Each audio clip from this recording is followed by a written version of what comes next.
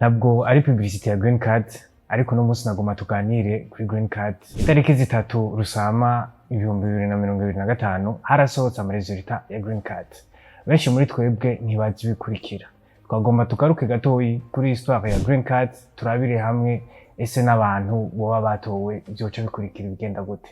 Kucerekeye histoire ya Green Card yatanguye mu 1987 itangujwe na President Ronald Reagan, igihe yaha abanyagihugu imiliyoni 2 z'Abamexicain bari muri Leta Zunze Ubumwe za Amerika kugira agwize diversité mu banyamerika. Ico gihe rero Green Card yavuye itangura, ariko kubijanye gupostira informatiquement bikaba byatanguye mu 2003 aho haje ubuhinga dusanzwe dukoresha ubunye tuzi nka DV Lottery Program. Bese hoho umaze gutorwa ho bakurikira ibiki? Reka manze ntangure nkeze abo baratowe umwaka. Umaze kuba sélectionné ukabona yuko babaye sélectionné, harakurikira etape kurondera amadokima azogufasha muri etape kurikira interview. Muri ayo madokima kenewe harakenerwa nka passeport yiwawe, harakenerwa gafoto ka passeport, eka harakenerwa extrait d'acte de naissance uri umuntu yubatse, harakenera certificat de mariage y'ubakanye, casier judiciaire nayo nyene isabwa kugira barabe yuko ata ibyo babiriko biragukurikiranwa mu gihugu ubuvuyemo.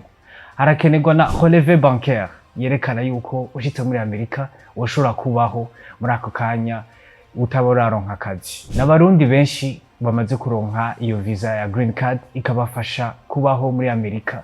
Iyo visa ikagufasha kubaho nk'umunyamerika, ukagira n'amategeko akugenga nk'umunyamerika naho udatora, ariko uragira nka carte d'assurance maladie igufasha na visa permanent yo kuba muri Amerika nk'umunyagihugu umunyamerika koko.